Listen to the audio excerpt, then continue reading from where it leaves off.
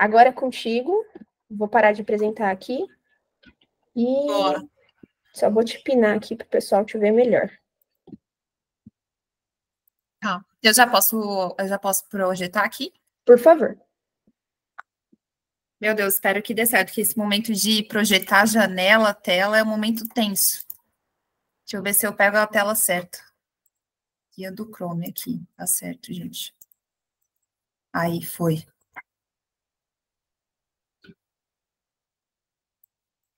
Vocês estão vendo minha tela ou não? Sim. Agora foi, né? Tá, boa. Eu tô com uma tela só hoje, tá, gente? Então, vocês estão conseguindo ver? Sim. Beleza. Opa, saiu. Bom, vamos lá, pessoal. Vou até colocar aqui do meu celular do lado aqui para eu não correr o risco de falar demais, tá? Porque eu tô com muito medo de falar muito e ficar aqui ocupando muito tempo de vocês. Então, eu vou deixar meu cronômetro aqui, de verdade mesmo. Coloquei o cronômetro aqui para eu olhar e eu não descumprir meu horário. E aí eu queria começar agradecendo muito pelo convite de falar hoje com vocês. Eu até falei para a Rafa que eu pensei, meu Deus, a régua está muito alta, porque assim, as outras foram maravilhosas. Eu fiquei assim, Jesus Cristo, preciso me virar aqui para dar um jeito de fazer uma live legal para a galera. Mas esse é um tema que eu gosto muito, então eu acho que ele vai fluir de forma bem natural. E quero que vocês comentem aí, façam perguntas, depois me procurem no LinkedIn para a gente trocar uma ideia. Eu gosto muito de conversar, sou uma pessoa sim, que ama trocar ideia, então fiquem muito à vontade para me chamar depois, e aqui a gente também vai ter um momento de trocar um pouquinho. Então, para começar, quem sou eu? Para vocês me conhecerem um pouco mais. Eu sou a Caiane, mas todo mundo me chama de Kai. Então, não me chamem de Caiane, porque senão eu vou ficar achando que vocês estão bravos comigo. Me chamem de Kai, por favor, pelo amor de Deus. Eu sou líder de Product Marketing na Neogrid. Então, a Neogrid é uma empresa que tem aí produtos de dados para a indústria e para varejo. Então, são produtos bem voltados ao enterprise. É onde eu tenho grande parte da minha experiência. Então, trabalho há 5 anos com Product Marketing, sempre com software para gestão. Então, já trabalhei com software para gestão de logística, de HCM, de RP, tanto do SMB ao Enterprise, e sempre muito focado ao B2B.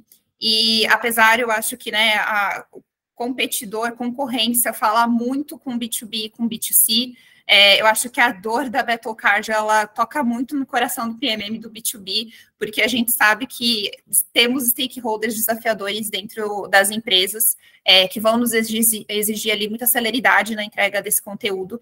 Então, aqui também já sofri bastante com esse tema, então quero trazer um pouquinho de aprendizado sobre isso. Moro em Blumenau, Santa Catarina, então sou da cidade da Oktoberfest. Me mudei para cá para trabalhar na Senior, que é uma empresa de RP bem grande, com atuação aí multinacional, mas ela é muito mais conhecida aqui regionalmente. Meu LinkedIn é Caiane-Antoniazzi, super fácil. Eu devo ser a única Caiane de Product Marketing que existe no mercado, então assim, não deve ser impossível me encontrar por aí. E falando um pouquinho dos meus hobbies, eu sou muito fã de Gossip Girl e Sex and the City. Não é à toa que toda a minha identidade visual ela é rosa, porque eu sou essa pessoa, é a minha falha de caráter. Eu adoro, então, assim, estou sempre acompanhando e troco muito sobre moda e coisas do gênero e tento estar ligado sobre isso, não parece, mas eu tento. E sou founder no Elas que Lançam, que é uma comunidade para mulheres de marketing de produto, que foi onde eu conheci as meninas também. Elas também já trocaram muito por lá, já participaram de alguns encontros, já participaram de alguns webinars que a gente já fez. E a comunidade, ela nasceu de forma bastante orgânica no ano passado, de um grupo de mulheres, 30, 40 mulheres. E no final do ano passado, a gente fez o lançamento oficial da Comu, e ela é voltada para quem se identifica como mulher. A gente está com mais de 400 participantes ali no grupo do WhatsApp, e o nosso propósito é muito o de gerar um espaço de segurança para que mulheres conversem, contem suas experiências, ajudem umas às outras, e o tema de diversidade e inclusão é um que toca muito no meu coração, e eu gosto muito, então sou super apaixonada por isso, e estou muito feliz que outras comunidades estão surgindo, e eu acho que todo mundo que contribui de alguma forma com o tema e há uma voz para o mercado, ajuda aí a área de marketing de produtos se tornar mais consistente dentro do Brasil. E eu sei que as meninas já reforçaram, mas estava aqui dentro do meu material, então contribuam com a pesquisa salarial de Product Marketing. Eu estou muito feliz com essa iniciativa, porque eu vejo muitas pessoas, até mesmo sêniores, mas muitas pessoas que estão entrando no mercado ainda terem muita dificuldade de conseguir ali entender como se posicionar de forma competitiva para as vagas que estão tentando. Então, a pesquisa ela vai ter muito esse propósito de trazer clareza, de trazer transparência, de trazer maturidade para a nossa área, e reforçando, ela é 100% anônima. Então, a gente já está na finaleira, a gente já está fechando, tem mais de 350 respostas, então ajuda a gente. É a última chance, galera, a última chance de você contribuir.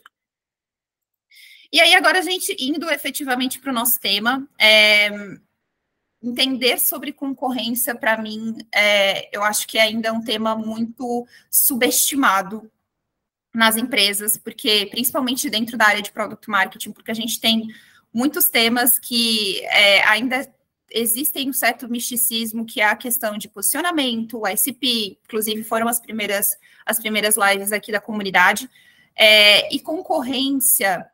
Às vezes parece aquele tema meio assim, patinho feio, porque ele não é tão novo, ele não é tão bonito, ele não é um tema que brilha os olhos, brilha a curiosidade da galera, porque ele parece ser algo tão dominado, né? Parece ser algo tão simples, tão trivial, mas que ainda gera muita dúvida no dia a dia. E para mim entender a concorrência é para onde o teu negócio ele pode caminhar.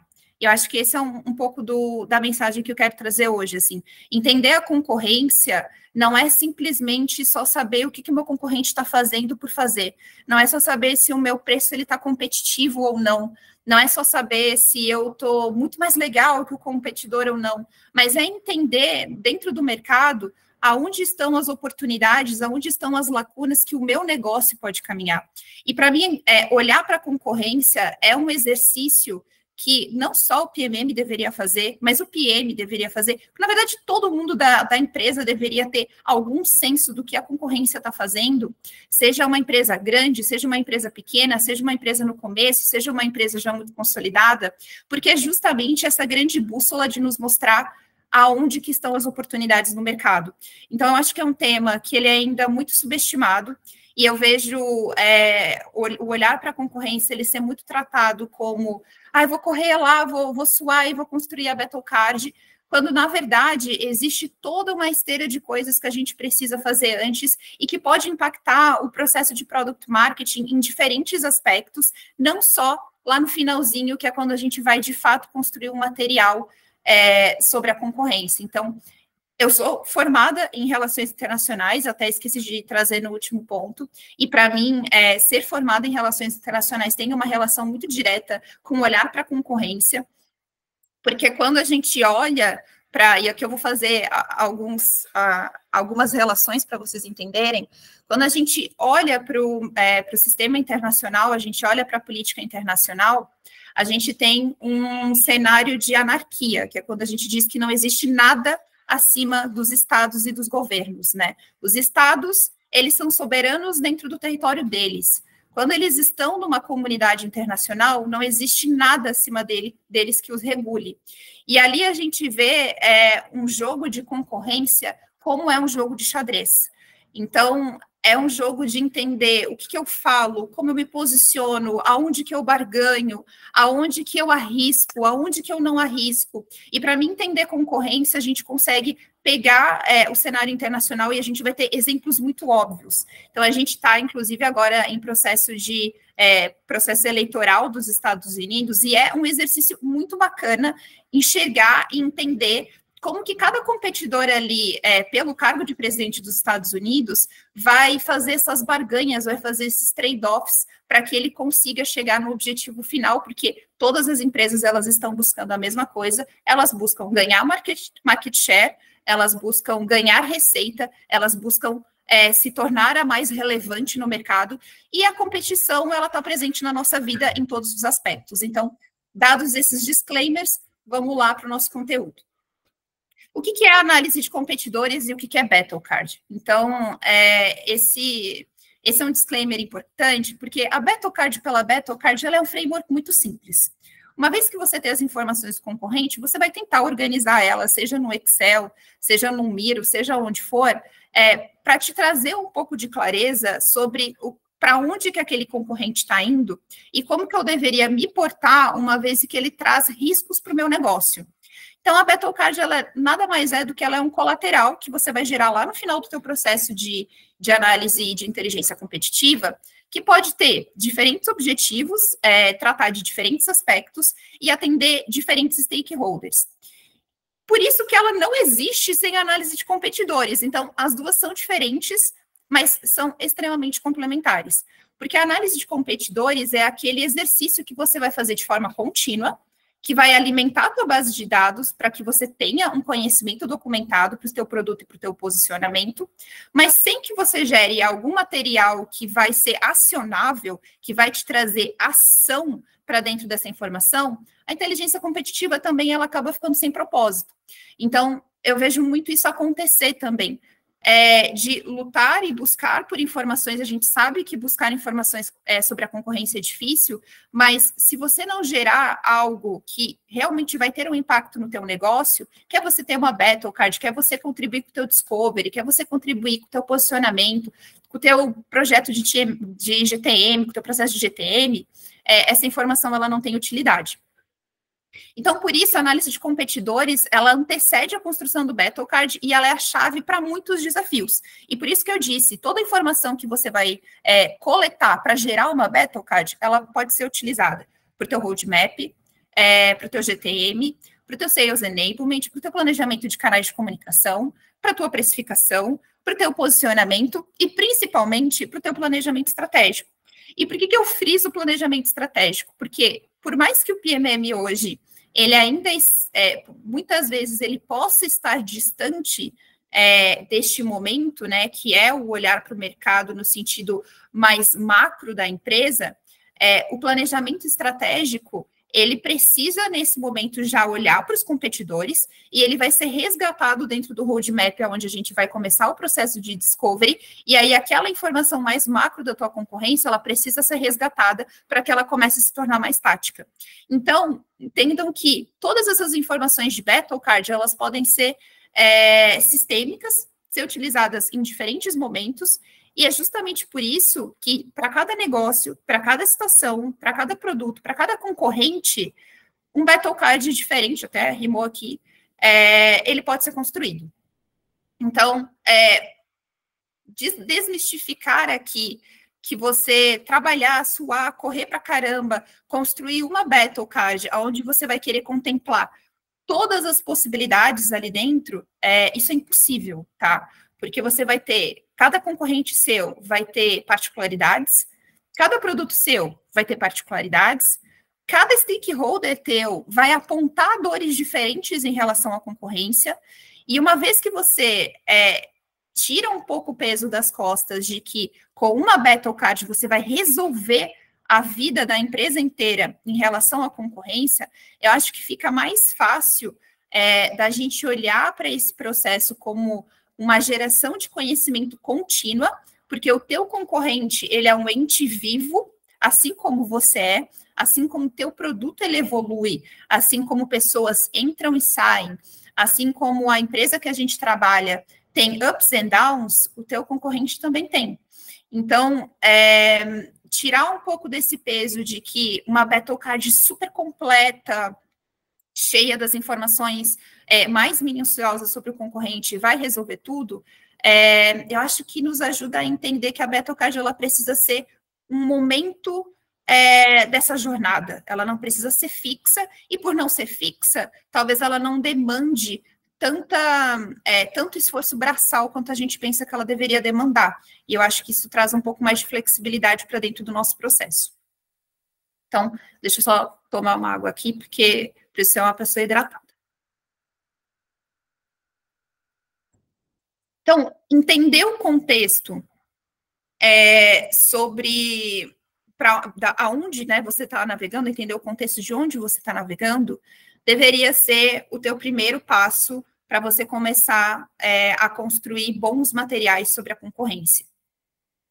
E aí aqui eu trouxe uma imagem que é da Health Competition. A Health Competition, ela é uma comunidade de fora, gringa. Acho que é uma galera que é da Flat também, tem o Andy, tem uma galerinha até famosinha de Product Marketing lá de fora. E eles criaram uma comunidade voltada só à inteligência competitiva. Eu recomendo vocês super a seguir, tá? Eles têm site, eles têm página no LinkedIn, e eles tratam com bastante leveza o tema, eles trazem muitos exemplos de aplicação. E eu trouxe aqui um olhar sobre as categorias de concorrência, né? A gente adora categorizar concorrente, a gente tem concorrente para tudo. Então, ainda mais quando a gente acaba trabalhando com um produto que muitas vezes vai ter muitas funcionalidades, ou você trabalha com mais de um produto, ou você trabalha numa empresa que é multiportfólio, que é o meu caso. A Neogrid é uma empresa que tem mais de 20 produtos. É muito desafiador entender quem é a tua concorrência, aonde que ela está, é uma concorrência direta, não é uma concorrência direta, e entender a concorrência como direta ou indireta, claro, te ajuda a saber o quanto que essa concorrência ela pode te incomodar num primeiro momento. Então, aqui eles trouxeram um exemplo do Slack, e o Slack, ele se posiciona muito como não só um meio de comunicação, mas uma forma de integrar times, integrar pessoas, e aí você vai ter desde o competidor direto, que nesse caso poderia ser o Teams, já que a gente está falando aqui de um mercado mais corporativo, né? Tanto a Slack quanto o Teams vão acabar tendo clientes muito mais do setor privado, então um acaba concorrendo com o outro, como você pode ter concorrentes que a Slack vai precisar conviver para sempre, que é o status quo. Então, não é porque a Slack permite uma comunicação assíncrona, integradora, que ajuda, inclusive, na construção de uma cultura interna de uma empresa, de um time, de um grupo, de uma comunidade, que esses mesmos grupos vão abandonar, por exemplo, que é o e-mail. Então, a gente acaba tendo diferentes formas de olhar para essa concorrência, desde a direta, da indireta, daquela que sempre vai existir e que, cara, a gente vai precisar aprender a conviver com ela, porque ela não vai deixar de roubar a atenção do teu usuário, do teu cliente, como uma concorrência adjacente que em algum momento pode, inclusive, se tornar um parceiro teu. Então, às vezes, a concorrência, ela, inclusive, pode representar uma oportunidade para o teu produto. E eu até coloquei um adendo ali, porque eles não colocaram, mas você pode ter concorrência interna. Isso acontece muito no caso de empresas que passaram por grandes processos de aquisição. Então, você tem exemplos no mercado como TOTUS, Localweb, tem empresas que construíram praticamente impérios de aquisições e você começa a ter processos de canibalização dentro dela, onde em algum momento o teu produto está concorrendo com outro produto e você também pode acabar tendo esse problema. Mas o que eu queria, por que eu estou trazendo esse tema para vocês? Porque apesar de entender em que categoria essa concorrência ela se enquadra, não se apegue tanto à teoria, porque ela ajuda, mas ela não te resolve. E aí eu trouxe aqui um vídeo super rápido da April Dunford, vocês me ajudem a falar se vai passar o som, tá? Ele é bem rapidinho, ele tem as legendas em inglês, então depois eu explico o que ela está comentando ali no vídeo em português, para caso alguém não consiga entender, mas ela comenta um pouquinho dessa questão da gente querer abraçar toda a concorrência de uma só vez. If you walk over to product management and you ask them who's the competition, but they got a longer list, guaranteed, because part of what they're thinking about is the future. They're trying to make sure they have a product that's competitive a year from now, 3 years from now. So they've got a lot of what I would call horizon competitors that they're tracking. Now, if you walk over to sales, hey, do we ever see these folks in a deal? Sales is going to say, nope, never seen those guys in a deal. They know the status quo is an account. They know the answer to this question. I can take into consideration what the product team says, but at the end of the day, sales actually really knows who we're competing with in the market today. We don't have to compete against competitors that our customers, for whatever reason, never seriously consider. This is a ghost. This is just living in our head. I only have to compete against the things that my customers consider competitive in the market I'm in right now, because I'm trying to close deals right now. This is a very important concept. Então, o que a April ela tá falando, né? que basicamente a gente pode acabar caindo em alguns momentos no erro de querer mapear todos os concorrentes possíveis e enxergar aquele cara que, pô, ele soltou uma release de imprensa e ele está dizendo que ele está se movimentando para tal lado, e aí o time de produto já fica naquela coisa, meu Deus, eles vão desenvolver uma coisa que vai bater de frente com o nosso produto, a gente já precisa se movimentar. Quando, na verdade, a concorrência que representa um risco para o teu negócio é a concorrência que está tirando dinheiro do teu bolso agora, né? E o teu líder, o teu executivo, o teu diretor, ele quer, na verdade, tirar o risco do cara que, está incomodando a tua negociação agora. E por isso que, fugindo um pouco das categorias de concorrente, né? Pô, quem é meu concorrente indireto? Quem é meu concorrente direto? Meu adjacente, lá. Cara, quem é o teu concorrente que está te tirando dinheiro do bolso nesse momento? E ir um pouco para esse aspecto, de novo, faz com que a nossa atuação ela seja muito mais certeira, ela seja muito mais assertiva, e a gente consiga separar o que são concorrentes que eu preciso mapear para um discovery, por exemplo, do que são concorrentes que eu preciso atuar agora para capacitar meu time de vendas. Né? E como ela mesma colocou, competitivo é aquilo que o meu cliente acha que é competitivo. O teu cliente, ele é o teu principal radar, a tua principal temperatura, teu termômetro, para te dizer quem é que está incomodando. Então, muitas vezes a gente tem time de vendas batendo na nossa porta e falando, cara, esse cara aqui está me incomodando, ele está chegando, e a gente às vezes fica tipo, cara, mas ele nem é nosso concorrente direito, ou tipo, pô, o cara é tão menor, né? Às vezes a gente, sei lá, eu já vi isso acontecer. A pessoa trabalha numa empresa muito grande, ela fica tipo, essa startup aí, não. Você daí não é nosso concorrente. Porque ainda existe um pouco dessa arrogância de quem está dentro de casa dizer quem é o concorrente. Mas quem nos diz quem é o nosso concorrente não somos nós. É o mercado, é o nosso cliente. Ele vai nos dizer quem é a nossa concorrência. E por isso que o objetivo que você tem, ele te diz qual é o tipo de battle card que você vai construir, né? E aí aqui a gente já vai indo um pouquinho mais para a parte tática, para a parte prática de o que a battle card ela significa.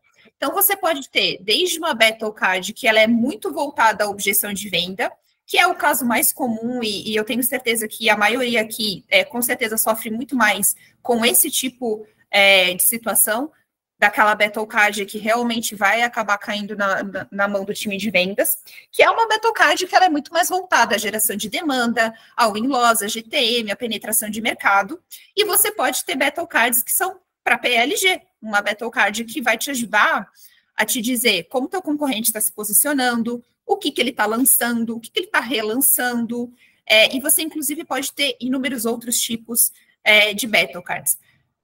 Na maioria das vezes, vai acabar caindo em algum desses dois pontos. O ponto é, nos dois casos, o foco nos diferenciais, tanto os teus quanto os do concorrente, vai ser o ponto central do teu material. Ele precisa ficar evidente. O teu time de vendas, ele quer saber qual é o diferencial que o concorrente tem, para que ele possa se preparar em relação às objeções, e o teu time de produto também quer saber quais são os diferenciais que o concorrente tem, para que ele possa trabalhar nos diferenciais do produto dele, para que ele continue competitivo. Então, nos dois casos, o foco aqui é entender o diferencial do concorrente, porque, de novo, é ali onde a gente consegue saber se existe uma lacuna de oportunidade ou onde já é mar vermelho e é melhor não caminhar por ali.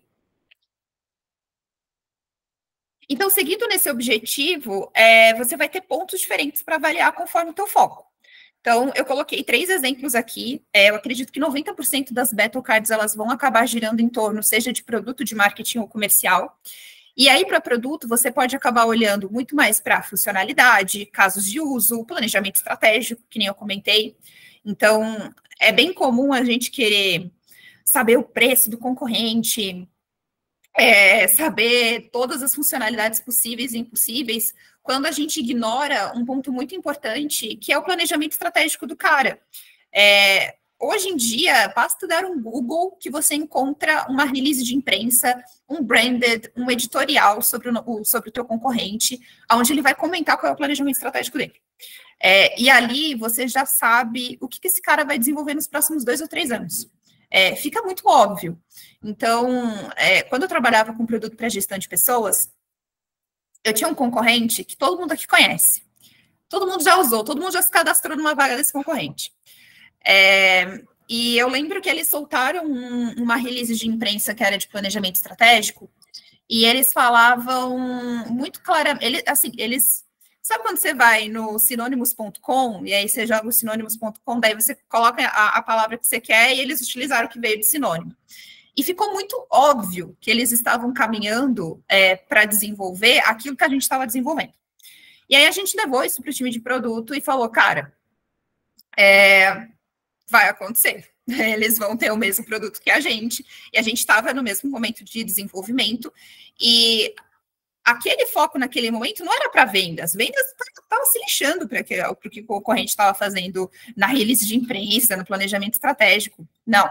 Mas para o time de produto foi importante para eles entenderem o time to market. Então, quanto tempo que a gente teria ainda disponível para conseguir desenvolver e estar preparado enquanto esse concorrente, isso já estava sinalizando que ele poderia vir com a mesma novidade do que nós, e a gente rapidamente conseguiu ali se reorganizar para também chegar com essa novidade, mas principalmente proteger a nossa base de clientes, porque ficava muito óbvio que na relação eles tinham algumas fraquezas que não era a mesma base de clientes que a gente tinha, e a gente tinha um risco ali, né, que era perder a nossa base de clientes para o concorrente. Então, esse é um exemplo de como ficar atento às entrelinhas. Cara, teu concorrente está adquirindo alguém? Por que ele está adquirindo alguém?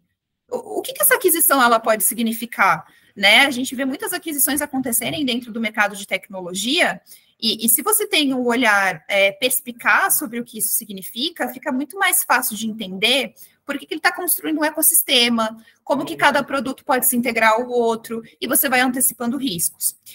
E aí, quando você vai olhar para marketing, você vai pensar muito em força de marca, o que esse concorrente ele está divulgando para a imprensa, o que ele está querendo reforçar, né, como mensagem, como manifesto de marca, como posicionamento mesmo. Você vai olhar para site, para rede social, para palavra-chave, você vai buscar feedback em marketplace, em store. Então, essa é uma fonte muito legal também de você ter uma temperatura ali do que o cliente está dizendo sobre aquele produto. E aí, quando você vai para o comercial, você vai ter uma sensibilidade maior para olhar para preço, para processo de venda, para elevator pitch, para caso de uso, para clientes relevantes, que é a dor que dói na hora, né? Ali no comercial é a dor que dói na hora. O cara chega e fala, pô, tenho cliente XPTO muito grande, lá. Beleza, será que não está na hora, então, de lá no nosso pitch de vendas, a gente também começar a falar sobre os nossos cases de uso? Será que está passando a mensagem que a gente quer? Então, para deixar claro que cada Battle Card, ela vai ter um sentido, um propósito e um timing. Algumas, elas podem durar mais tempo, elas podem ser, né, efetivas por mais tempo. Então, uma Battle Card para produto, ela vai ter uma validade maior, e uma Battle Card para o comercial, ela vai ter uma validade um pouquinho menor, ela vai ser mais pontual. E aí, colocando já a mão na massa, né, o stakeholder, assim como a April Dunford comentou ali no vídeo dela, ele é uma das principais bússolas para a gente entender qual é o material que a gente precisa desenvolver. E antes de receber o feedback de um time e já começar a entrar na loucura do tipo, meu Deus, eu preciso fazer 10 mil Battle Cards e preciso para ontem, e precisa ter 92 páginas, calma. O teu stakeholder, ele com certeza tem uma temperatura muito boa de mercado, mas você precisa validar se essa temperatura ela é recorrente, ela é válida e ela se comprova na realidade. Então, eu coloquei aqui alguns aspectos que eu gosto de avaliar antes de colocar a mão na massa para Battle Cards, que é entender quem é o stakeholder que está trazendo a dor, qual é a área, então, de que área que ele é, qual é a dor que ele está trazendo. Então, assim, ele está perdendo a oportunidade por preço, Ele está perdendo oportunidade porque o concorrente tem uma funcionalidade X que a gente não tem. Ele está perdendo oportunidade talvez porque o nosso processo de vendas é mais devagar do que o nosso concorrente.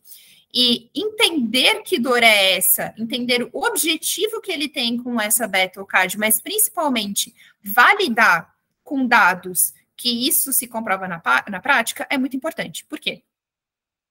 Porque se o teu stakeholder, ele está chegando, ele está falando, a gente está perdendo milhões de vendas para o concorrente, e aí você abre seu CRM e só tem uma perda para aquele concorrente, não sei se eu priorizaria. Eu tentaria entender se foi um caso de uma perda que talvez doeu muito, porque era uma conta muito importante, ou você está perdendo em massa, então, tipo, às vezes você tem, né, produtos mais voltados para SMB, ou de ticket médio menor, você acaba tendo uma competição mais acirrada, né, então, você está perdendo quantas oportunidades você está perdendo para esse concorrente? E elas estão sendo perdidas em que momento do teu funil de vendas? É lá no final? É logo no começo? É no momento da proposta? O que o cliente está trazendo que tá dizendo ali que o concorrente é mais importante? Então, entender o objetivo da Battle Card, para quem que ele vai servir e principalmente validar internamente, ele te diz o quão prioritário ou não é se debruçar naquele material, naquele momento. E aí você vai à luta e vai validar as informações. E aqui não tem almoço grátis, não tem receita de bolo de como encontrar a informação do concorrente. Assim, se alguém tem, eu quero muito saber. O que funciona é você suar a camisa, ir atrás de diversas fontes diferentes e entender e buscar e fuçar o máximo que você puder. E aí você vai ter muitas opções no externo, desde você estar muito atento a alertas do Google, que é uma das coisas mais fáceis que você pode fazer, é criar alertas no Google para menções do seu concorrente. Você pode olhar para site institucional e páginas de produto, você pode olhar para SEMrush, você pode olhar para redes sociais, você pode olhar para ads e propagandas. Então, assim, às vezes, né, é aquela coisa, assim, às vezes você procura por alguma coisa e você fica assombrado pelo resto da vida no teu Instagram, no Google, em todas as suas redes sociais. Então, quem que está conseguindo ser mais agressivo, chegando com ads? Como que eles estão posicionados em marketplaces? E existem reviews nessas marketplaces? Então, você pode olhar para a Apple Store, para a Google Store, para a B2B Stack, que é uma bem voltada a produtos B2B. Você pode olhar para as próprias avaliações do Google. Você pode olhar, inclusive, para a Glassdoor. Tá? A Glassdoor é uma ótima fonte de você, inclusive, saber se o negócio lá está degringolando, não está muito legal. Você pode ver ali, apareceu uma avaliação de um PO falando tal coisa, presta atenção. Às vezes o cara vai dizer uma dor que vai pelo menos te ajudar a entender se o concorrente está tão confiante assim ou não. E, óbvio, você vai ter formas mais sofisticadas de você fazer essa validação, caso você tenha acesso a Gartner, a Deloitte e consultorias. É uma das formas mais fáceis e, com certeza, uma das mais seguras de você encontrar informação de qualidade, principalmente se o teu produto ele for global, né? Então, acaba funcionando muito para produtos que têm uma atuação multinacional. E no último caso, se não conseguir encontrar nenhuma informação, você vai apelar para um cliente oculto. E aqui daria para fazer uma outra live só sobre táticas confidenciais e totalmente dentro da lei sobre como fazer um cliente oculto, mas existem terceiros que podem fazer isso para você e acaba sendo uma mão na roda para você conseguir ter acesso a demonstrações, ter acesso a preço, enfim. Mas uma das formas que eu mais gosto de validar informações e que, de novo, é muito subestimado, é o teu dado interno. Cara, teu CRM é uma coisa assim que com certeza ele está bagunçado, com certeza ele está faltando informação, mas ainda assim ele vai te dar uma visão muito boa de quem é o teu concorrente de verdade. Tuas pesquisas de NPS ou outras pesquisas que você tenha com a tua base de clientes também pode trazer algumas pistas nesse sentido. Então, clientes às vezes mais falantes podem acabar trazendo ali alguns pontos importantes. E uma das coisas que eu mais gosto de fazer, que para mim aquele tipo de dica não oficial, você conversar com aquele coleguinha que saiu da concorrência. Não tem forma mais fácil de você saber, de ter uma visão real do que está acontecendo dentro do teu concorrente, do que falar com uma pessoa que acabou de sair da concorrência. E aí a gente tinha, na empresa que eu passei anteriormente, a gente tinha uma lista, a gente tinha literalmente uma lista com BI de pessoas que tinham saído da concorrência. Fulaninho saiu da concorrência tal, ciclaninho saiu da concorrência tal, e eles eram a nossa primeira fonte de informação. Porque, normalmente, quem sai da concorrência vai para time de vendas, é onde você tem o maior turnover, e essa galera, muitas vezes, tem demonstração guardada, tem proposta guardada, tem apresentação comercial guardada, tem muito material de vendas guardado ainda. Vocês podem, né, conseguir de alguma forma isso, ou às vezes o próprio cliente ele vai enviar uma proposta que ele recebeu da concorrência e você pode acabar tendo acesso porque o teu time de vendas vai enviar. Então, essas são algumas das formas que você pode encontrar e validar informações. Opa, pulei aqui. Mas uma que eu gosto bastante, que eu tenho utilizado muito, é a inteligência artificial. Então, uma das formas é que eu até coloquei um videozinho, tá? Fiz um videozinho pelo Loom. E eu perguntei ali, traga um comparativo sobre os principais concorrentes no mercado de smartphones no Brasil, seus diferenciais e como se posicionam no mercado. E o Gemini, para mim, ele é fantástico. Assim, se você tentar perguntar isso para o ChatGPT, ele não vai te trazer nada. E ele trouxe, ele já trouxe de forma muito clara alguns diferenciais, alguns pontos de posicionamento desses concorrentes. E eu testei. Peraí, que ele vai passar mais algumas... ele trouxe posições no mercado, então ele trouxe, inclusive, aqui alguns dados de market share, o que eu achei fantástico. E eu testei outros prompts, ele também trouxe market share.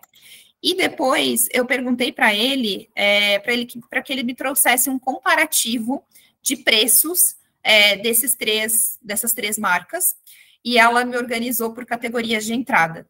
Essa é uma opção muito fácil para você que quer sair do zero para alguma coisa. Às vezes, a gente só precisa ter algum material para começar, e a inteligência artificial ela pode ajudar muito a gente nesse sentido. Então, eu testei alguns prompts aqui, testei todos esses, tá? Todos esses me trouxeram informações muito legais. Traga um comparativo sobre os principais concorrentes do mercado de software para gestão de pessoas, seus diferenciais e como se posiciona no mercado. Veio coisa muito legal. Como tem sido o resultado financeiro dos principais players do mercado brasileiro em software para gestão empresarial? Trouxe dado de market share, trouxe muita coisa massa. Quais foram as últimas novidades de produto dos principais players em softwares logísticos? Faça um comparativo de preço entre os principais players para SaaS em automação de processos. E quais foram as últimas novidades de produto dos principais players no mercado de software para gestão de pessoas? Então, fica a minha dica. O Gemini, ele funciona super bem. E ele é super mão na roda para te trazer um compilado legal de concorrência. Bom, falando agora um pouquinho sobre documentando seus achados. Então, você foi lá, suou a camisa, você trabalhou pra caramba, conseguiu um monte de informação, você sabe de tudo. Nada disso vai adiantar se você não documentar. Acho que documentação é uma das principais falhas de empresas de modo geral e é um dos temas que eu mais gosto de falar. Mas, basicamente, se você não documentar seus achados e não comunicá-los, teu BattleCard ele não vai ter utilidade, não vai ter função nenhuma. Então, eu coloquei aqui 4 pilares que, para mim, são super importantes de serem seguidos, que é você ter rituais com os teus stakeholders, e aí você pode utilizar aqueles que você já tem, para que você receba esses feedbacks e que você também consiga validar os concorrentes que você precisa mapear. Documentar esses achados em espaços públicos. Então, assim, esse é um ponto que a gente faz hoje na ANEEL. A gente trabalha com SharePoint, e no SharePoint a gente tem as BattleCards como se fossem páginas, site. A gente tem, tipo, um site para cada BattleCard, para cada produto nosso. E é muito bom, porque é super fácil de modificar, a gente consegue mexer nele muito rapidamente, e a gente não sofre aquele problema do cara baixar a BattleCard, ficar lá no computador dele por 84 anos, e aí ele fica utilizando a mesma Battle Card o resto da vida dele, errada, e ele depois ainda diz, e ele ainda reclama para você que você não atualiza a Battle Card, mas é que ele está usando a versão 01 da versão, das 20 versões que você já tem. Então, são formas de você manter essa informação sempre à disposição, você conseguir atualizar ela de uma forma mais fácil e você impedir que aconteça essa questão de, cara, o cara baixou ali e já era, ele vai usar aquela Battle Card para sempre. Então, você pode usar desde um canal no Slack, no SharePoint, no Miro, no Notion, mas vá para os canais onde o seu stakeholder está, né? Então, formas fáceis de fazer isso depois que você criou essa documentação, você comunicar ela por WhatsApp, que é uma das formas mais fáceis. A gente tinha um grupo que se chamava... Como é que ele se chamava? Ele se chamava Monitoramento da Concorrência. A gente colocou só o time de vendas e o time de geração de demandas, que era quem mais nos demandava. E lá a gente fazia um journal diário, a gente fazia tipo uma newsletter, através dos alertas do Google, onde a gente escrevia ali, né, fazia tipo um resumão do que a concorrência estava fazendo, e a gente mandava por e-mail, mandava por WhatsApp, mandava por canal no Teams, e era uma forma da gente manter os principais stakeholders, os principais grupos atualizados do que estava acontecendo. E ali eles também podiam conversar, eles às vezes já compartilhavam propostas, eles já que eles recebiam, né, dos clientes em relação a outros concorrentes. Então, ter canais específicos para isso te ajuda também a estar sempre atualizado. E, por fim, eu acho que mais importante do que tudo isso é você ter momentos de validação para você entender se a tua Battle Card ela foi efetiva, para você ter sessões de lições aprendidas e, principalmente, para você estar aberto a ouvir os feedbacks de quem utilizou o conteúdo. E, se você tiver a oportunidade, participe de negociações com clientes. Então, acho que essa é uma das fontes, assim, mais sensíveis e melhores que você pode ter de saber se o teu executivo de vendas, se o teu BDR, se o teu SDR, se a tua pessoa de inside sales, ela está indo para a negociação com o pitch de vendas preparado.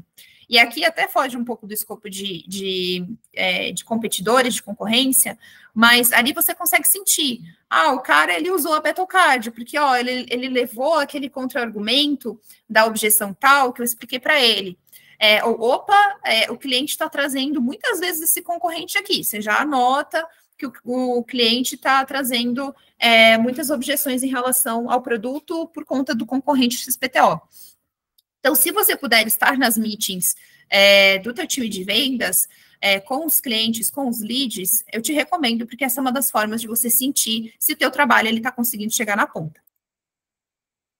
E aí, aqui eu tenho uma sugestão de como você começa uma documentação viva, que é o que eu chamo de árvore de concorrência, que é basicamente, isso funciona muito bem para quem tem muitos produtos para gerenciar ou tem muitos concorrentes para gerenciar, que é você organizar por concorrente quais são os diferenciais, as fraquezas e a relação desses diferenciais e dessas fraquezas com as possíveis objeções, os contra-argumentos e as forças que você pode evidenciar dentro de uma negociação, pode capacitar o teu time de vendas para lidar com aquilo. Então, fica muito mais fácil de você ir alimentando ela, porque beleza, você começou com 3 concorrentes, depois você pode finalizar ela com 5.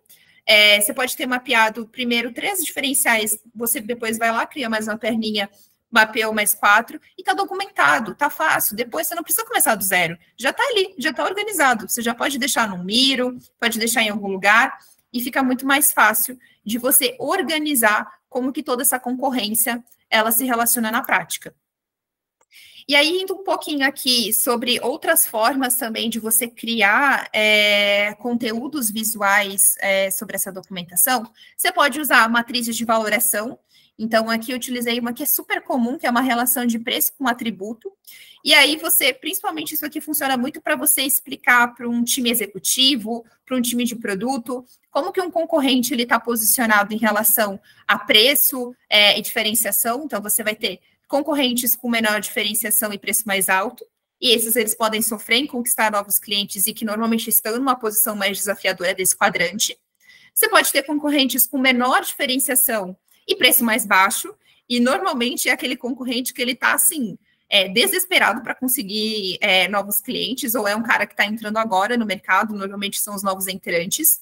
Você pode ter concorrentes mais baratos e com maior diferenciação, que normalmente estão com uma estratégia mais agressiva de penetração no mercado, porque o cara tem diferenciação, mas ele está com um preço mais baixo, e você pode ter o concorrente mais caro e com maior diferenciação, que normalmente é aquele player mais consolidado e já tem uma boa reputação no mercado. Alguns exemplos de outras matrizes. Então, exemplo do mercado de smartphones no Brasil. Eu até trouxe aqui uma pesquisa recente que saiu com o ranking das marcas de celulares que são mais vendidas no Brasil. Então, a gente tem a Samsung em primeiro lugar, a Motorola em segundo e a Apple em terceiro. E aí, aqui, eu sinalizei com um pouco do que eu estudei, não sou de longe, não sou uma especialista, mas a pergunta é, essa matriz, ela continuaria fazendo sentido nos Estados Unidos? Muito provavelmente não. E é por isso que o contexto, de novo, ele é muito importante. O iPhone não seria o terceiro lugar, provavelmente seria o primeiro, e ele iria variar de país para país, vai variar de região para região, e vai variar do público que você está investigando. Então, a tua concorrência, ela não é fixa. O teu concorrente, ele pode ser super agressivo no mercado SMB, mas pode ser nada no mercado Enterprise. Então, esses contextos, eles são importantes para você dar o grau de priorização para cada competidor. E eu gosto dessa matriz em específico, porque para mim ela representa muito isso, que é uma relação de preço por, como que eu posso explicar? Por aglutinação ali de concorrência. Então, assim, todas essas marcas, elas trabalham na mesma categoria. Todas vendem carros, né? Todas estão vendendo automotivos.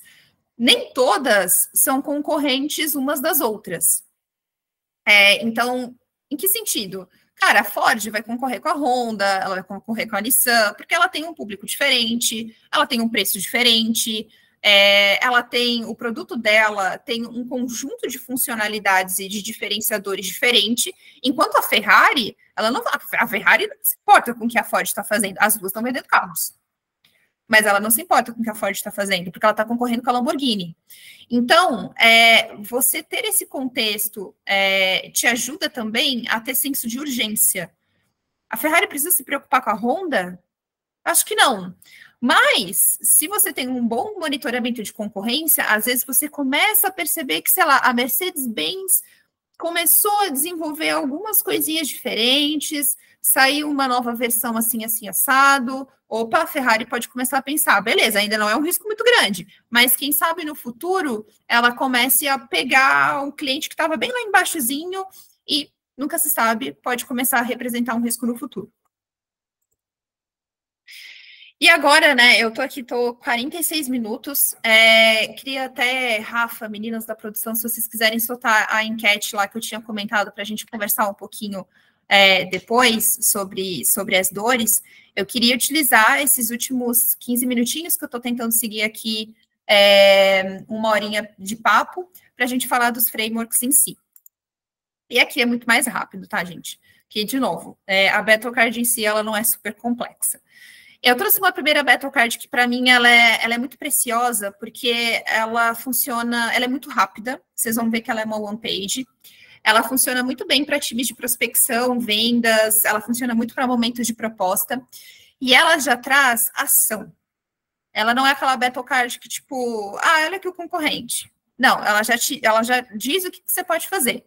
Então, eu trouxe aqui um título, né? Qual é o nome da nossa BattleCard aqui? Pacotes claros versus preço complexo do nosso concorrente. Então, o que a gente quer saber aqui? Que o nosso concorrente, ele possui um modelo de precificação variado e que pode aumentar significativamente conforme o uso do cliente. Usa o modelo de billing. Por que isso importa? Né? Então, ali, é o contexto da nossa fact sheet. Por que isso importa? Porque o nosso concorrente, ele não possui uma precificação clara. No site, nas demonstrações, não fica muito claro como é que funciona aí essa evolução de plano para plano. E como a gente está trabalhando aqui nesse caso, nesse exemplo, com o mercado SMB, cara, isso pode ser uma fraqueza. Porque o mercado SMB, ele é mais sensível à questão de custos. Ele não tem uma previsibilidade em relação a quanto que ele vai pagar no final do mês, pode ser uma fragilidade ali para o processo dele. Então, o que a gente faz em relação a isso? A gente pode começar falando com o cliente. Cliente, qual é importante para você ter uma visão clara de quanto um software, serviço vai custar no final do mês para sua operação? E aí ele vai falar, né? Pô, cara, é importante pra cacete. Desculpa, tô falando palavrão. É muito importante, porque, pô, minha operação super apertada e tal. E aí você vai continuar com, bom, tô te perguntando, porque apesar dos pontos fortes do nosso concorrente que você acabou de pontuar, o modelo de precificação praticado por ele compromete a previsibilidade de custos dos seus clientes, já que você não terá certeza de quanto vai pegar no final do mês. Isso contrasta muito com a nossa proposta. E aí a gente começa a virar o jogo, a gente começa a falar do nosso contra-argumento, na qual você tem total transparência sobre os pacotes e preços, além de te ajudarmos a entender qual é a melhor hora para evoluir de um pacote para o outro. Então, além de a gente dizer, cara, você vai ter previsibilidade, você vai ter transparência, eu ainda estou falando, eu posso te ajudar a entender qual é o momento certo para o teu negócio, para você avançar de um pacote para outro. Você vira um pouco o jogo. E aí, você pergunta para ele, cara, e aí, cliente, a partir dessas ponderações, qual proposta que te atende melhor? É lógico que na prática isso vai mudar, mas é um exemplo de como eu pego um ponto do concorrente, pego um diferencial ou uma força minha e eu construo uma contra-argumentação em cima de uma possível objeção que possa surgir se eu ler muito bem com quem que eu estou falando, qual é o perfil do meu cliente, em qual momento que eu estou falando com ele. Então, essa é uma primeira battle card que eu gosto bastante, porque ela é bastante prática. E aí, indo para uma segunda aqui, eu coloquei aqui algumas fontes que eu utilizei, tá? Para construir, não foram fontes da minha cabeça, eu pesquisei e utilizei ali alguns analistas de mercado, do mercado de RP, que é um mercado que eu gosto bastante. E aqui eu trouxe um comparativo entre concorrentes muito grandes aí do mercado global, que é a SAP, a Oracle, a Sage e a Microsoft. E aí aqui a gente pode ir muito mais para um comparativo mais amplo, mostrando, por exemplo, qual é o market share, qual é a nota que o Gartner dá para ele, nesse caso, aqui a gente consegue, porque, de novo, são players globais, como que eles estão avaliados no Glassdoor, então a gente vai trazer highlights aí da companhia. Você pode explorar de forma mais rápida qual é o produto, o serviço e como que essa precificação ela começa. Então, ali a SAP ela custa $20 por usuário e por mês. Então, a gente já vê que ela é igual à Microsoft. A Microsoft também começa pelo mesmo range. Já a Oracle funciona diferente, ela não funciona por usuário.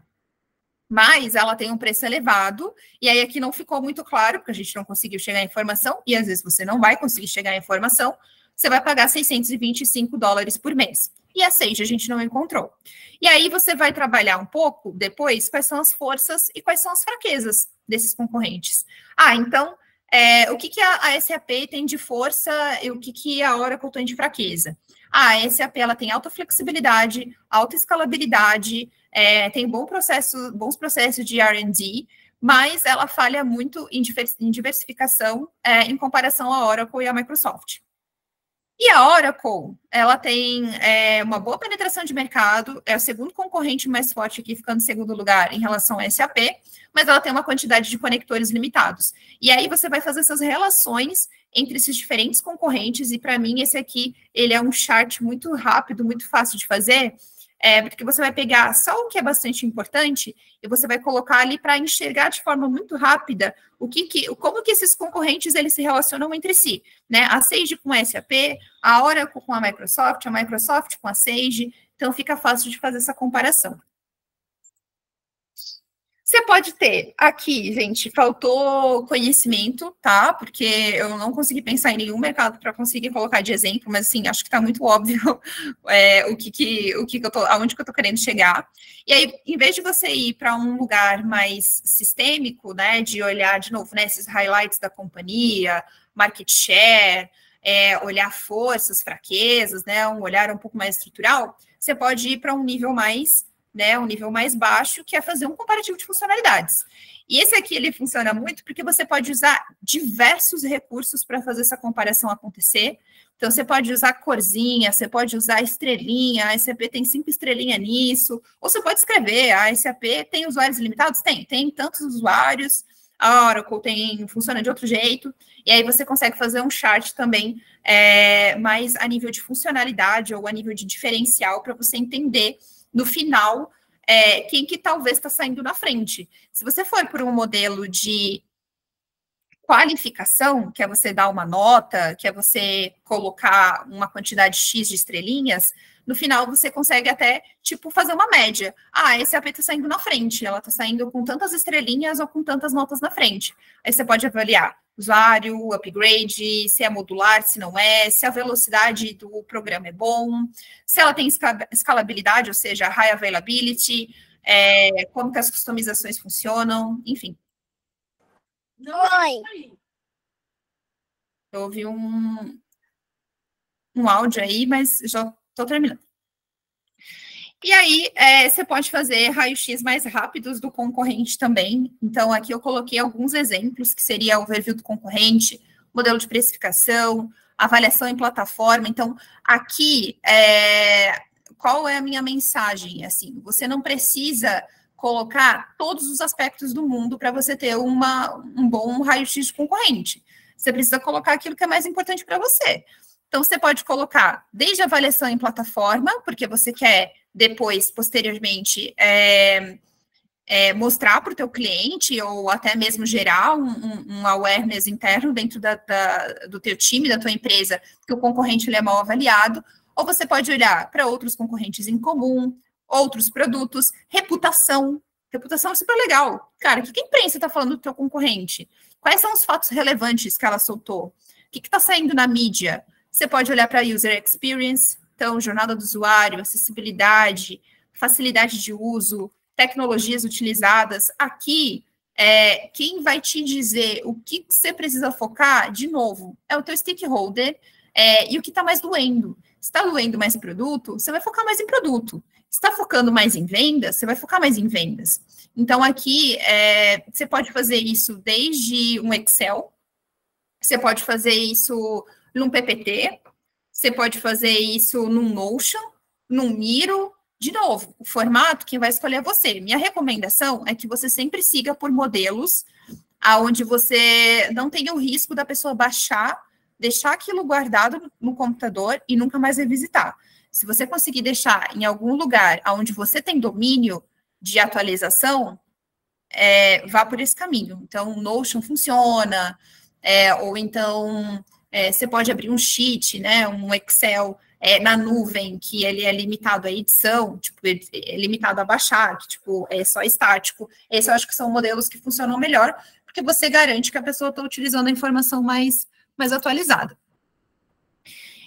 E aí você também pode utilizar um modelo que é contornando as forças do concorrente, que ele funciona por etapas. Então, nesse caso aqui, você tem a etapa 1, onde você vai trazer, de novo, um overview do concorrente.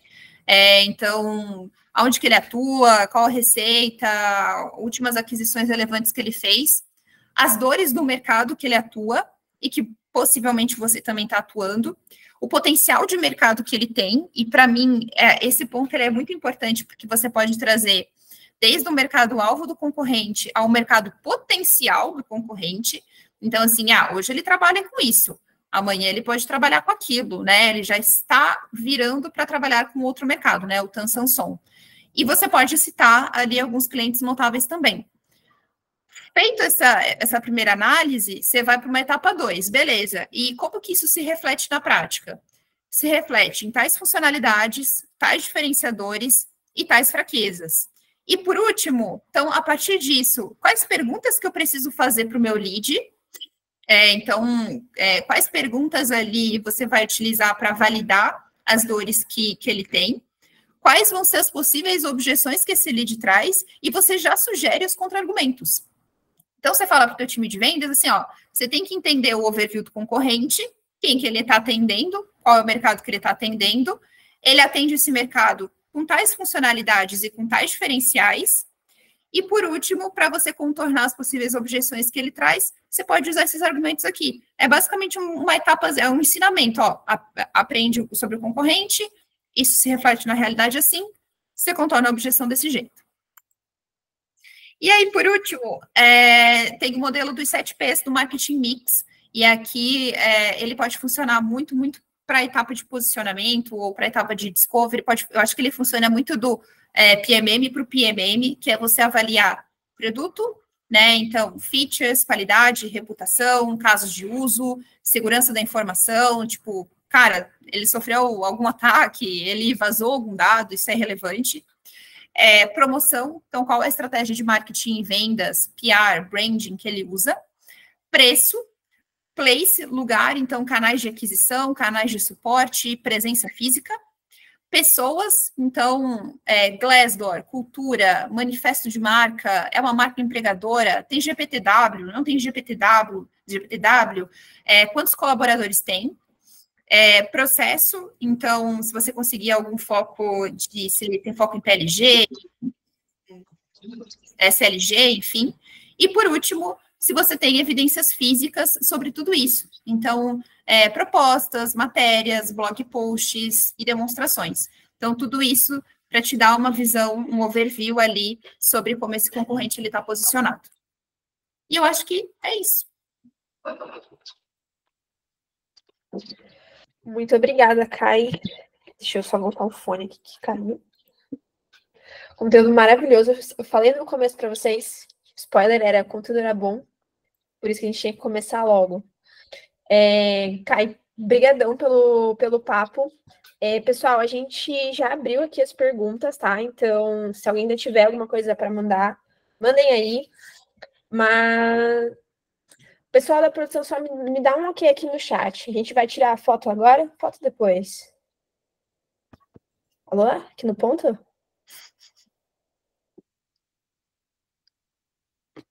Pode ser agora. Então, todo mundo se arruma bonitinho na cadeira. Cai, dá um sorrisão, porque você vai ser a tela grande. E vamos lá. 1, 2. Opa, peraí que eu botei no mosaico aqui. Calma aí. Layout alterado. Mosaico. Muitos steps. Foi. Ih, peraí. Rafa ou Ali, me ajudem aí, por favor, que eu tô muito tia hoje. Tá bom, vai todo mundo sorrindo, que a galera já até parou de sorrir, ó. Ai, não parem de sorrir. Positividade tóxica. Boa. Aqui foi. Foi, então obrigada. Caio, vamos abrir então aqui para as perguntas? Eu vou lendo aqui. Vamos lá. Então, a primeira pergunta, né? Quem que você acha que deve puxar o Battle Card? O time de vendas ou o PMM? Olha, eu acho que tem que ser o PMM. Ele precisa estar em contato, que eu acho que é o pilar que eu comentei sobre rituais. Você precisa estar em contato com o time de vendas e precisa identificar junto com o time de vendas se essa Battle Card ela é necessária. Então, eu entendo que é uma responsabilidade do time de Product Marketing. Bem legal, Caio. Eu vi que as perguntas não estão na ordem aqui de votos, então vou fazer pelas que foram mais votadas primeiro, tá bom? Como líder, quais requisitos obrigatórios você cobra do seu time ou em processos seletivos em relação a Battle Cards? Nossa, que pergunta difícil. Eu não sei se eu já avaliei esse aspecto, mas se não ficou claro, eu deixo muito claro que eu avalio muito o PMM que se relaciona com o negócio. E, para mim, o PMM que se relaciona com o negócio e quer entender sobre o planejamento estratégico do negócio é um PMM que, invariavelmente, vai estar conectado à concorrência e que, para mim, acaba saindo mais na frente, porque ele está interessado não só em conhecer o produto, mas saber quais são as oportunidades que esse mercado oferece. Legal. Tem uma pergunta aqui que eu estava dando uma olhada que eu fiquei bem curiosa também. Vou até dar um joinha. Sobre a diferença entre Battle Cards da empresa para produtos. Compensa criar um para cada produto quando o portfólio é grande? Olha, eu acho que compensa se você está sofrendo muito com aquele concorrente naquele produto. Então, assim, eu sempre trabalhei com multiportfólio. E você não vai conseguir fazer Battle Cards para todos os produtos e todos os concorrentes. De novo, vai para onde está sangrando mais. Cara, se você não tem como fazer Battle Card para todos os concorrentes e todos os produtos, foca naquele onde você está perdendo mais venda. Ou naquele produto que te gera mais receita, te gera mais caixa, de novo, né? Planejamento estratégico aqui, olhar estratégico sobre o negócio. Qual é o produto que tem maior participação de receita hoje na tua empresa? Representa 50% do teu caixa. Ele está sofrendo muito com 3 concorrentes? Cara, vai fazer Battle Card desses 3 concorrentes. Aquele produto que tem uma participação de 10% da tua receita, ele consegue esperar um pouquinho. Eu priorizaria dessa forma. Acho que isso é um ponto bem legal, né? Até porque acho que uma das skills de marketing de produto é saber priorizar. Porque já é esperado muito da gente que a gente faça tudo, né? Que a gente abrace o mundo, que resolva tudo de uma vez e tudo para amanhã. Então, você falou isso no vídeo ali da April e tudo mais. Então, acho que também é um pouco do nosso papel de dar o direcionamento do que vai ser priorizado, o que vai ser feito naquele momento ou não. Exato. Legal. Acho que essa pergunta aqui que eu vou fazer agora, todo mundo sofre. De quanto em quanto tempo você acha que deve ser feita a análise de concorrente? Eu acho que depende, de novo, que foi o que eu comentei. Você vai ter aí análise de concorrência uma coisa, a Battle Card é outra. A tua análise de concorrência ela precisa ser contínua, no sentido de que você precisa estar sempre atento ao que a tua concorrência está fazendo. Se o teu produto, ele é um produto, às vezes, mais enterprise, que não muda com muita frequência, talvez você consiga ali ter um timing de 3 a 6 meses para fazer um olhar mais específico para a concorrência. Se você sofre com uma concorrência mais acirrada, talvez esse olhar ele precise ser mensal, semanal, você que vai colocar a prioridade. Agora, para construir uma Battle Card, a tua Battle Card voltada para vendas, ela vai ter validade super pequena.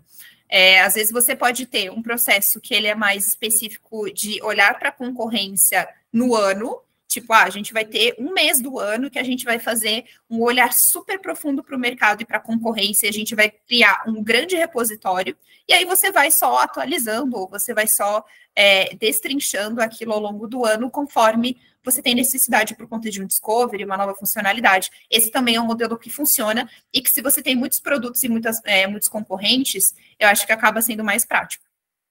Acho que aqui o desafio é colocar isso na lista de to-dos, né?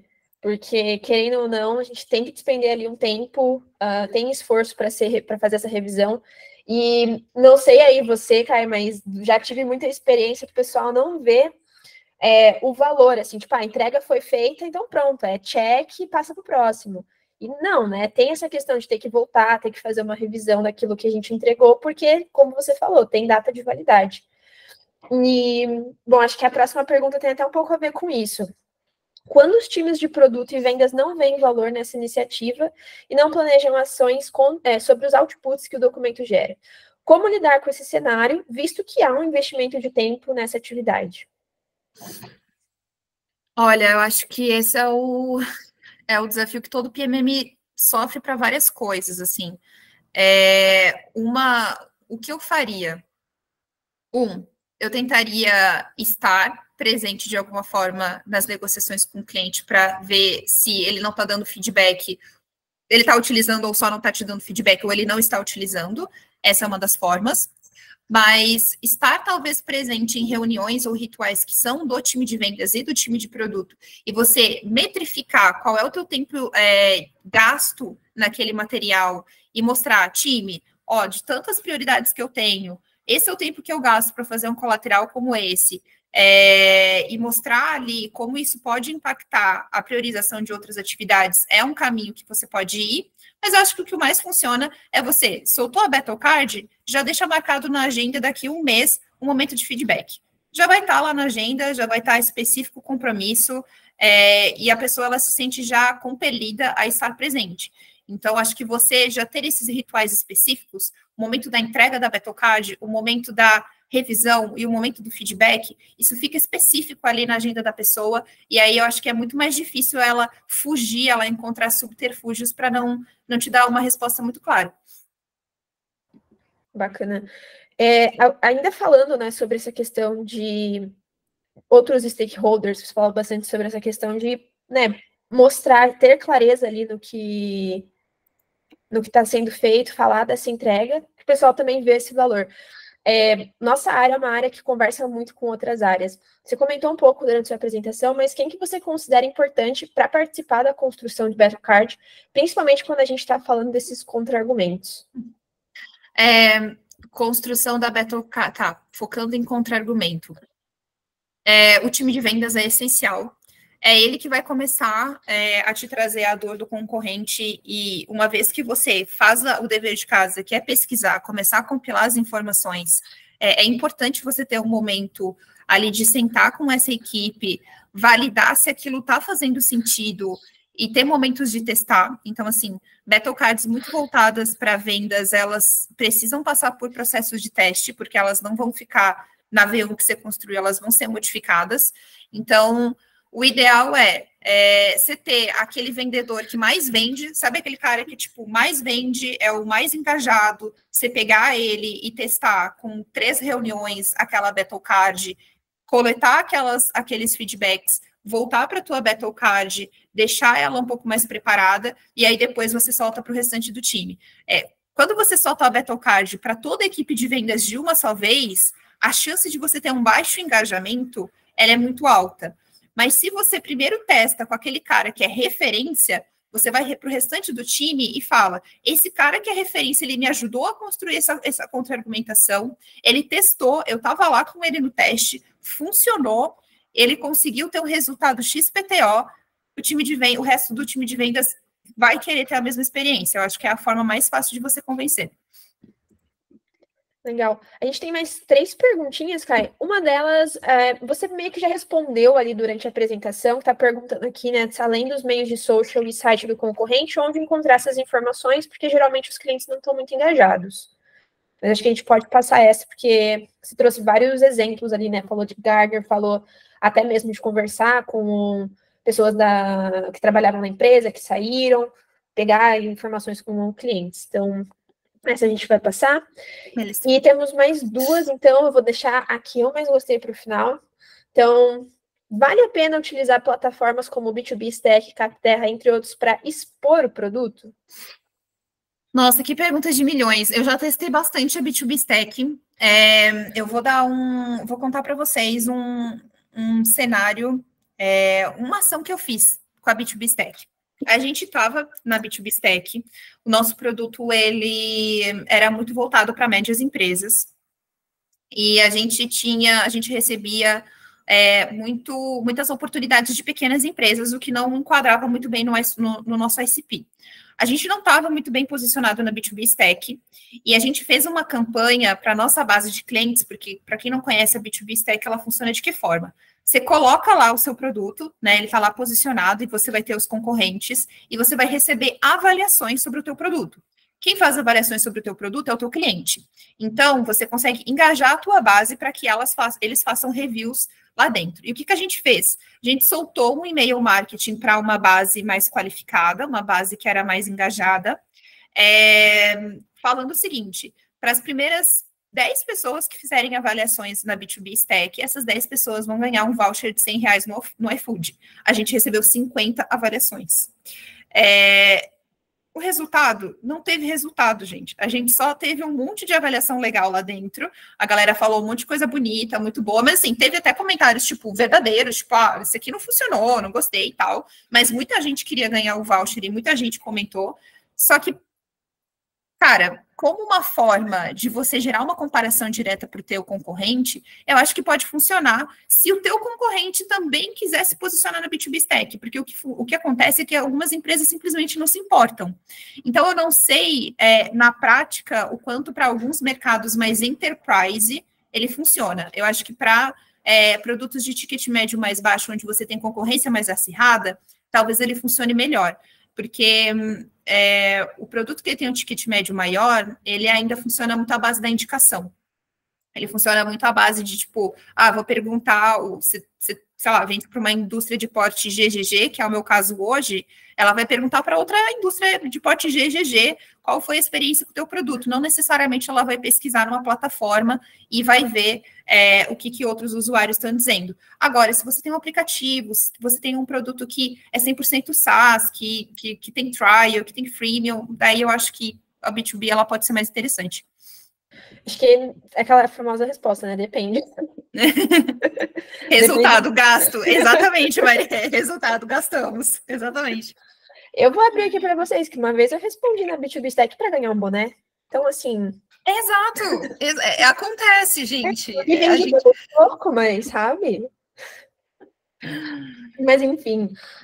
Para a gente fechar, então, Caio, a última pergunta. Quando desenvolvido um battle card de produto e fica evidente que o concorrente é melhor, qual a melhor forma de desenvolver um battle card comercial? Caraca, hein? Olha, você vai ter que lutar na contra-objeção, assim. Algum diferencial você tem que ter. Se o teu produto não tem diferencial, você não consegue chegar no mercado.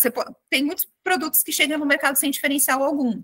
Mas, assim, eu acho que o ideal é você pegar o teu diferencial, mesmo que o teu concorrente tenha muitos outros, focar nele e tentar, até tem a primeira Battle Card que eu mostrei, que é justamente um pouco disso, assim, às vezes o teu concorrente, ele é muito sólido, ele é muito forte naquele mercado, mas tem algum aspecto do produto dele que para o cliente que tu está querendo alcançar, pode ser que não seja melhor, não seja o melhor contexto, não seja a melhor opção. Tenta buscar uma fraqueza, explora aquela fraqueza e na sequência você evidencia o teu diferencial. Mas para mim, aí fugindo um pouco aqui do que é o ideal, do que seria o melhor a ser feito, eu seria muito honesta com o time de vendas. Eu falaria, olha, nosso produto, ele ainda não está tão competitivo quanto a gente gostaria.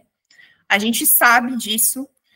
O nosso time de produto está ciente, a gente entregou essa informação, a gente entregou esses dados para eles. A gente está avaliando junto deles se existe a possibilidade da gente evoluir o nosso produto para que ele fique um pouco mais competitivo. E dentro dessas possibilidades, o que eu consigo fazer é explorar a fraqueza de um concorrente, evidenciar um diferencial nosso, para que vocês consigam ter um pouco mais de confiança na hora da negociação. Mas a minha experiência pessoal é que o time de vendas ele lida muito com a transparência. Se você se mostrar assim, muito parceiro, muito companheiro e jogar limpo, eles vão estar com você. E aí eu acho que não tem receita fácil, assim, não tem receita de bolo para contornar. Vai dar certo porque errado já está dando. Às vezes é isso mesmo. Perfeito. Kai, mais uma vez, muitíssimo obrigada pela participação com a gente. O conteúdo estava excelente. Pessoal, muito obrigada também pelas perguntas. Acho que agregou demais aqui no nosso papo de hoje. E, bom, o pessoal já mandou aqui no chat o link do feedback, então manda lá pra gente o que vocês acharam, tá? Pra gente continuar fazendo alguns outros projetos bem legais aí pra vocês também. Participem do grupo aí do WhatsApp, sigam a gente no LinkedIn, sigam elas também. Então, acompanhem o que as meninas estão fazendo, porque elas estão fazendo coisas muito legais também. Então, beijos, muito obrigada. Vocês vão receber a gravação do material nos próximos dias.